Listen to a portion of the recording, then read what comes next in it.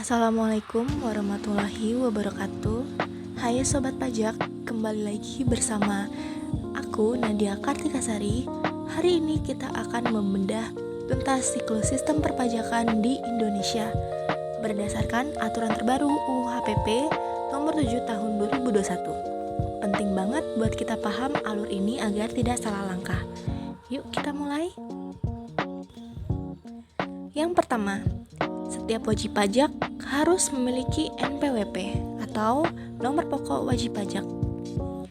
Menurut UU nomor 7 tahun 2021 pasal 1 ayat 6, nomor pokok wajib pajak adalah nomor yang diberikan kepada wajib pajak sebagai sarana dalam administrasi perpajakan yang dipergunakan sebagai tanda pengenal diri atau identitas wajib pajak dalam melaksanakan hak dan kewajiban perpajakannya.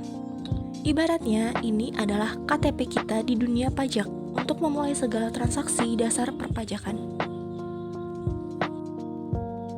Setelah mempunyai NPWP, kita masuk ke tahap pencatatan atau pembukuan. Menurut UU nomor 7 tahun 2021 pasal 1 ayat 29, pembukuan adalah suatu proses pencatatan yang dilakukan secara teratur untuk mengumpulkan data dan informasi keuangan yang meliputi harta, kewajiban, modal, penghasilan, dan biaya, serta jumlah harga perolehan dan penyerahan barang atau jasa. Catatan inilah yang nantinya menjadi dasar kita untuk menyusun laporan keuangan dan menghitung berapa pajak yang sebenarnya harus dibayar. Kalau pajaknya sudah dihitung, langkah selanjutnya adalah pembayaran atau penyetoran. Berdasarkan UU nomor 7 tahun 2021 KUP pasal 1 ayat 10, pajak yang terhutang harus dibayar pada suatu saat dalam masa pajak, dalam tahun pajak, atau dalam bagian tahun pajak. Selanjutnya adalah pelaporan pajak. Menurut UU nomor 7 tahun 2021 pasal 3 ayat 1, setiap wajib pajak wajib mengisi surat pemberitahuan atau SPT dengan benar, lengkap, dan jelas dalam bahasa Indonesia dengan menggunakan huruf Latin, angka Arab, satuan mata uang rupiah, dan menandatangani serta menyampaikannya ke kantor Direktorat Jenderal Pajak tempat wajib pajak terdaftar atau dikukuhkan atau tempat lain yang ditetapkan oleh Direktorat Jenderal Pajak. Setelah kita lapor, Direktorat Jenderal Pajak akan melakukan pengawasan, dimulai dari penelitian.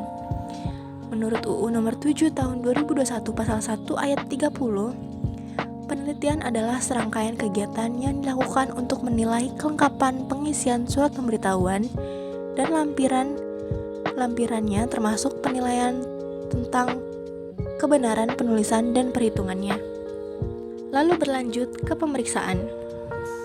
Menurut UU nomor 7 tahun 2021 pasal 1 ayat 25, pemeriksaan adalah serangkaian kegiatan menghimpun dan mengolah data keuangan atau bukti yang dilaksanakan secara objektif dan profesional berdasarkan suatu standar pemeriksaan untuk menguji kepatuhan pemenuhan kewajiban perpajakan atau untuk tujuan lain.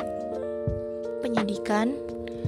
Menurut UU nomor 7 tahun 2021 pasal 1 ayat 31, penyidikan tindak pidana di bidang perpajakan adalah serangkaian tindakan yang dilakukan oleh penyidik untuk mencari serta mengumpulkan bukti yang dengan bukti itu membuat terang tindak pidana di bidang perpajakan yang terjadi serta menemukan tersangkanya.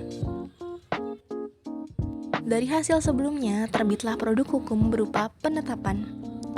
Ada SKP, Surat Ketetapan Pajak, merupakan UU nomor 7 tahun 2021 pasal 1 ayat 15.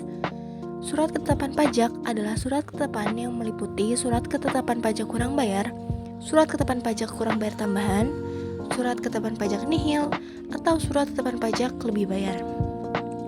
Dan di sini ada STP atau surat tagihan pajak. Menurut UU nomor 7 tahun 2021 pasal 1 ayat 25, STP atau surat tagihan pajak merupakan surat untuk melakukan tagihan pajak, berfungsi untuk menagih pajak atau sanksi administrasi seperti bunga dan denda.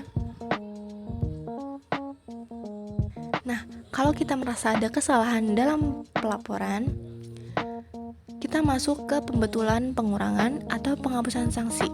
Menurut UU Nomor 7 Tahun 2001 KUP Pasal 8 Ayat 1, wajib pajak dengan kemauan sendiri dapat membetulkan SPT yang disampaikan dengan menyampaikan pernyataan tertulis dengan syarat DJP belum melakukan tindakan pemeriksaan.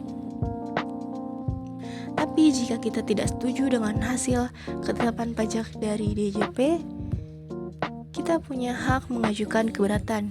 Menurut UU Nomor 7 Tahun 2001 KUP Pasal 25 Ayat 1, wajib pajak dapat mengajukan keberatan hanya kepada DJP atas suatu: yang pertama, surat ketetapan pajak kurang bayar; yang kedua, surat ketetapan pajak kurang bayar tambahan; yang ketiga, surat ketetapan pajak nihil; yang keempat, surat ketetapan pajak lebih bayar; yang kelima, pemotongan dan pemungutan pajak oleh pihak ketiga. Jika keberatan kita ditolak, kita masih bisa menempuh jalur banding ke pengadilan pajak. Menurut UU Nomor 7 Tahun 2001 KUP Pasal 27 Ayat 5D, dalam hal permohonan banding ditolak atau dikabulkan sebagian, wajib pajak dikenakan sanksi administrasi berupa denda sebesar 60% dari jumlah pajak berdasarkan putusan banding, dikurangi dengan pembayaran pajak yang telah dilakukan sebelum mengajukan keberatan. Selanjutnya ada peninjauan kembali. Menurut Undang-Undang Nomor 7 Tahun 2001 KUP Pasal 27 Ayat 5E, dalam hal wajib pajak mengajukan permohonan peninjauan kembali, pelaksanaan putusan banding tidak ditangguhkan sampai dengan putusan peninjauan kembali diucapkan.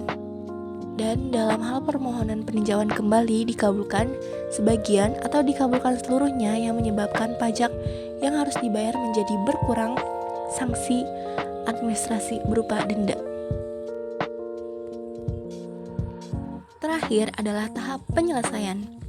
Jika hasil akhir menunjukkan pajak masih kurang bayar, maka akan dilakukan penagihan sesuai dengan UU Nomor 7 Tahun 2021 KUP Pasal 18 Ayat 1. Surat tagihan pajak, surat ketetapan pajak kurang bayar, surat ketetapan pajak kurang bayar tambahan, surat keputusan pembetulan, surat keputusan keberatan, putusan banding, serta putusan peninjauan kembali yang menyebabkan jumlah pajak yang harus dibayar bertambah. Sebaliknya, jika ternyata ada kelebihan bayar, kita bisa mengajukan restitusi atau pengembalian uang pajak. Menurut UU Nomor 7 Tahun 2021 KUP Pasal 11 Ayat 1A, kelebihan pembayaran pajak sebagai akibat adanya surat keputusan keberatan, surat keputusan pembetulan, surat keputusan penghapusan sanksi administrasi, dan putusan banding atau putusan peninjauan kembali dikembalikan kepada wajib pajak dengan ketentuan jika ternyata wajib pajak mempunyai utang pajak, langsung diperhitungkan untuk melunasi terlebih dahulu utang pajak tersebut.